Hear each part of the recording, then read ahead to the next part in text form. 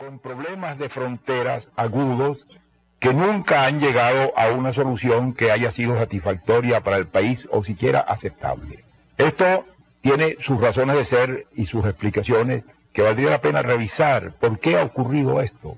¿Por qué Venezuela no pudo desde temprano, desde la primera mitad del siglo XIX o durante todo el siglo XIX, haber resuelto el problema definitivamente de un modo satisfactorio con las dos naciones vecinas más con mayores problemas de este tipo, o con problemas de este tipo como son Colombia y la antigua Guayana Británica? Por muchas razones. No ha sido por descuido o por abandono, ha sido probablemente por falta de seguimiento, por falta de un criterio claro para comprender y estimar los verdaderos intereses del país, para conocer bien qué era lo posible y qué no era lo posible. Ha faltado en esto cierta objetividad de juicio y ha estado desde luego muy perturbado por una especie de reacción sentimental o emocional de patrioterismo excesivo, por el cual el país se ha hecho hipersensible y ha perdido la noción o la posibilidad de contemplar con serenidad y con objetividad estos problemas en busca de una solución. Que los tuvieron de un modo evidente y claro muchas veces. Yo voy a hablar hoy aquí porque creo que es justo, porque son dos grandes nombres venezolanos muy lanzados al olvido. Los nombres de dos grandes servidores de Venezuela y de dos hombres que realizaron una labor insigne en la solución de estos problemas fronterizos, que lograron un gran éxito en sus gestiones y que si el país hubiera tenido la cordura, la sensatez y el acierto de aceptar lo que ellos hicieron, nosotros no tendríamos problemas de fronteras hoy en día y posiblemente tendríamos una delimitación ampliamente satisfactoria para las aspiraciones venezolanas. Desgraciadamente no fue así y continuamos con ese problema planteado y abierto que no termina de resolverse, que no termina de llegar a lo que pudiéramos llamar un término final y completo y satisfactorio para el país. Esos dos hombres son don Santos Michelena y el doctor Alejo Fortique.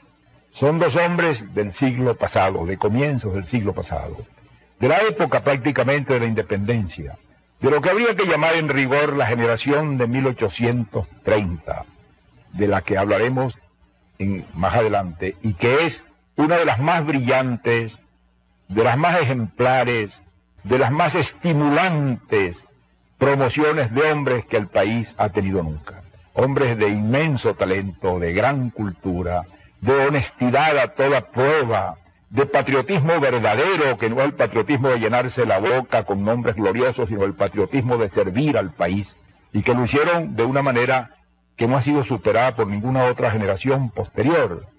A esa generación pertenecieron Michelena y Fortique. La generación de 1830, ya no es el siglo pasado, porque este programa fue grabado en el siglo XX, estamos en el XXI, sería el siglo antepasado. Sin embargo, sigue siendo así, esa generación de 1830. Aquí habla, palabras textuales de Euler Pietri, de Santos Michelena y Alejo Fortique, los más brillantes ejemplares de esa generación no superada hasta ahora, de estos hombres de inmenso talento, los califica Euler Pietri, de gran cultura, de honestidad a toda prueba, no superada hasta ahora. Y parece que es más vigente que nunca esa condición de talento, de cultura, de honestidad a toda prueba, no superada hasta ahora. Bueno, el tiempo ha llegado aquí al límite de este espacio, del segmento 1, y ya daremos de nuevo la palabra al doctor Euler Pietri para que entonces nos llene de información sobre Santos Michelena, que en mi época de estudiante, ya un tanto lejana, había un liceo por allí detrás del Liceo Andrés Bello, que se mantiene en su mismo sitio, detrás de la plaza, pues, la Avenida México, y se llamaba Santos Michelena y tenía una peculiaridad que la gente, los estudiantes, se graduaban de algo que llamaban bachillerato comercial, que quedaban preparados para llevar contabilidad, y era muy solicitada esas plazas del Santos Michelena. No sabemos si en esta barbarie que ahora estamos viviendo desde hace ya bastante tiempo, habrá desaparecido ese liceo. Y estoy seguro que cuando estamos hablando nosotros ahora de Santos Michelena, muchísimos de nuestros oyentes, incluyéndome a mí, no sabíamos de la existencia de este señor. En un momento regresamos, si usted lo considera, sus mensajes al 0416-621-9242 o a gustavoconversaciones@gmail.com. Pero no se aparte para que sepa quién fue Santos Michelena y quién fue Alejo Fortique. Usted escucha Conversaciones con Gustavo Trías por RCR 750 AM. Bueno, amigos, arribamos entonces al segundo segmento del programa de hoy. Estamos escuchando al doctor Arturo Uslar Pietri explicarnos, enseñarnos con esa facilidad de palabra que él tenía y con este conocimiento profundo de la historia de Venezuela sobre la actuación de Santos Michelena y Alejo Fortique, gente de la generación de 1830, y estamos aquí hablando del tema de las fronteras. Ahora, ojalá que esté Radio Maracay en el aire para que la gente de Maracay, los que allí viven y los que son de allí, y aunque vivan allí y no sean de allí, se sientan orgullosos de un hombre que existió en esa generación de 1830 y que puso el nombre de Venezuela en alto con su trabajo tesonero, con su vocación de sacrificio, con su honradez a toda prueba, como nos dice Arturo Uslar Pietri. Y ahora lo vamos a escuchar conversarnos sobre Santos Michelena. Pongan mucha atención para que aprendamos juntos. Santos Michelena nació en Maracay, en la ínfima aldea que debía ser Maracay a fines del siglo XVIII, en 1797. Siendo un adolescente, escasamente de 14 años, se enroló entre los voluntarios que iban a luchar por la independencia y estuvo en la Batalla de la Victoria. Cuando terminó en desastre ese ensayo de la Segunda República que había promovido Bolívar con la campaña Admirable, él era un muchacho de 15 años, 16 años, y entonces sus padres, que eran españoles y que tenían por lo consiguiente posibilidades con las autoridades españolas, consiguieron mandarlo fuera de Venezuela.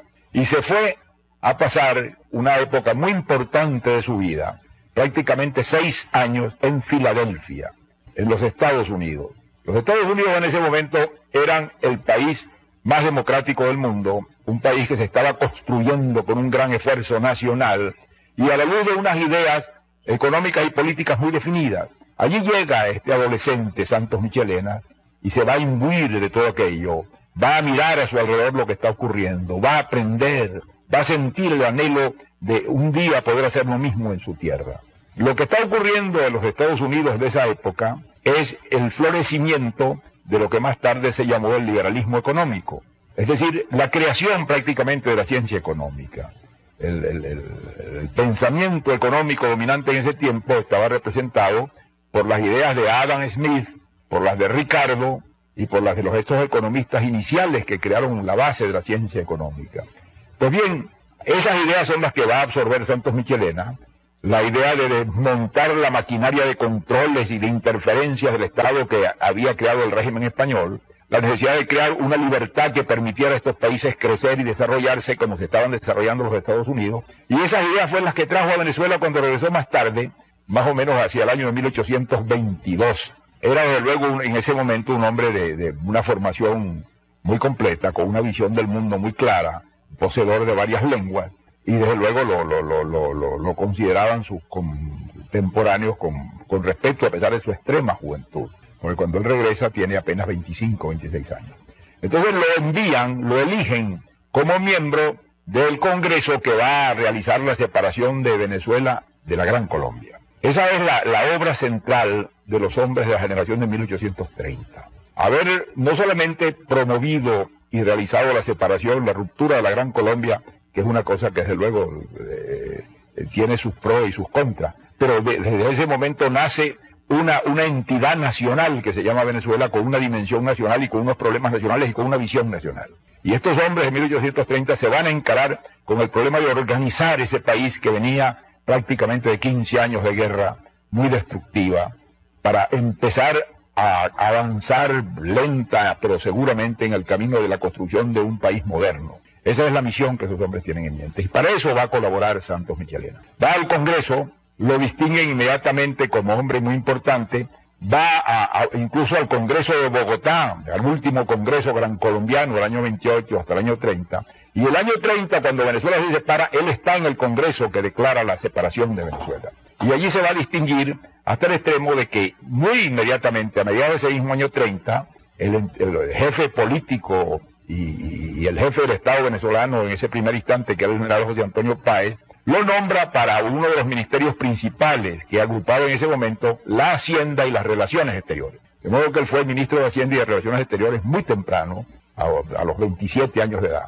Y lo hizo con infinito acierto y con una honradez ejemplar. Aquellos hombres eran de una honestidad a toda prueba. En aquel país pobre, ellos manejaron los escasos fondos con un acierto, con una prudencia, con un sentido de respeto a lo que eran las exigencias reales del país, que prácticamente en la historia de Venezuela no se ha repetido. Santos Michelena organizó la hacienda pública venezolana, después del caos de la independencia, después de haber destruido todo el sistema fiscal español. Él empezó a reconstruir con sus ideas modernas, con lo que había aprendido en los Estados Unidos, a construir una hacienda pública venezolana sana. Venezuela tenía en ese momento un problema muy grande, que era la deuda que venía de la guerra de independencia. Durante la guerra de independencia se contrajeron grandes deudas internas y sobre todo exteriores. Y esas deudas había que renegociarlas para ver cómo iba Venezuela a poder pagar. Estos hombres tuvieron el acierto de negociar esas deudas en condiciones muy favorables para Venezuela y de no haberlas aumentado, de haber comenzado a amortizar y a disminuir esa deuda aún con la estrechez y la escasez de medios que el país tenía en esa época. Son ejemplos que no deberíamos olvidar y sobre los que habría que volver. Sigamos escuchando a Arturo Uslar Pietri.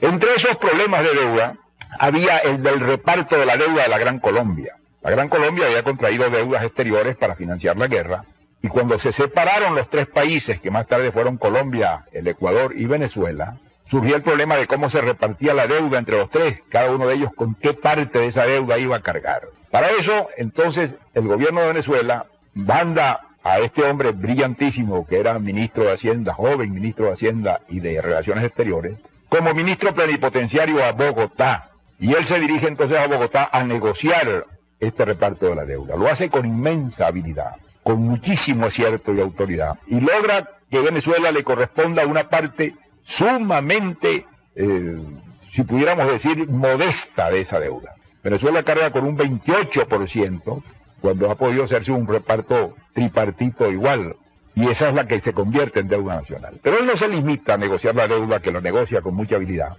sino que él aprovecha para negociar todo lo que pudiéramos llamar una nueva faz de las relaciones de ese país, que entonces no se llamaba Colombia, sino la Nueva Granada, y de Venezuela, ya a la luz de la separación. Y entonces comienza a negociar con el que era el ministro de Relaciones Exteriores de la Nueva Granada, don Lino de Pombo, un tratado general, que era un tratado de amistad, comercio, navegación y límites. Todo eso entraba en ese vasto tratado. Y eso lo hace con mucho acierto, con mucha inteligencia y con mucha eficacia y con mucha rapidez. De modo que el año de 1833, él firma con don Lino de Pombo ese tratado autorizado por el gobierno de Venezuela, que comprende toda esta fase, y ese tratado es aprobado por el Congreso de la Nueva Granada, por el Senado de la Nueva Granada. Y entonces viene a Venezuela para su consideración por el Congreso venezolano. Desgraciadamente, el Congreso venezolano no aprobó ese proyecto. ¿Qué contenía ese proyecto? Contenía negociaciones y definiciones de comercio, de navegación, que podían ser mejores o peores, pero que en todo caso eran transitorias y momentáneas. Pero contenía una definición de la frontera entre la Nueva Granada y Venezuela, que hoy en día nos parecería verdaderamente un sueño inalcanzable. Nos daba la mitad de la Guajira, nos daba la posesión de inmensos territorios en la margen izquierda del Orinoco, de modo que la Nueva Granada no era ribereña de la margen izquierda del Orinoco, y nosotros adquiríamos inmensas extensiones de las sabanas de la margen izquierda del Orinoco. De modo que cuando uno contempla ese mapa, piensa que aquello no podía ser más favorable para Venezuela. Sin embargo, el Congreso de Venezuela no lo aprobó. No lo aprobó por unas razones peregrinas, por ignorancia en gran parte, por mezquindad política en otra parte, porque claro, estaba surgiendo la oposición contra el gobierno de Páez y de los hombres de 1830 por el recién fundado Partido Liberal, se valieron de pretextos tontos de que había ciertos artículos dentro del convenio de cooperación que no eran aceptables, y se peleó a muerte porque se pretendía que Venezuela debía tener toda la península de la Guajira, no la mitad, que hubiera sido, pues, nos hubiera evitado todos los problemas que hoy tenemos por ese motivo en el Golfo de Venezuela. Y se peleó además por la posesión de una pequeña población en la frontera del lado del Táchira, del lado colombiano, que se llama San Faustino, que Colombia reclamaba como suya y Venezuela decía que le pertenecía a Venezuela y que era una pequeña población insignificante en la época, y que Colombia quería retener más por motivos sentimentales que por razones de la importancia que tenía el lugar. Pues bien, eso fue rechazado y no se aceptó por Venezuela. Ese tratado fue 4 veces seguidas al Congreso de Venezuela. Fue en 1834, en 1835, en 1836, en 1839, donde quedó final y definitivamente rechazado. Muchos historiadores diplomáticos y políticos de Colombia dicen con razón que afortunadamente Venezuela rechazó ese tratado, porque ese tratado era muy favorable a Venezuela. Desgraciadamente se rechazó. Y se abrió entonces una etapa en la cual se estuvo durante casi todo el siglo XIX tratando de buscar arreglos y convenios. Venezuela, de un modo absurdo, nunca quiso llegar a arreglos y convenios. Esos arreglos estuvieron abiertos hasta muy tarde. La última vez que Colombia hizo una propuesta de arreglo fue en 1920 o 21, en que propuso nuevamente partir la península de la Guajira, la mitad para Colombia y la mitad para Venezuela.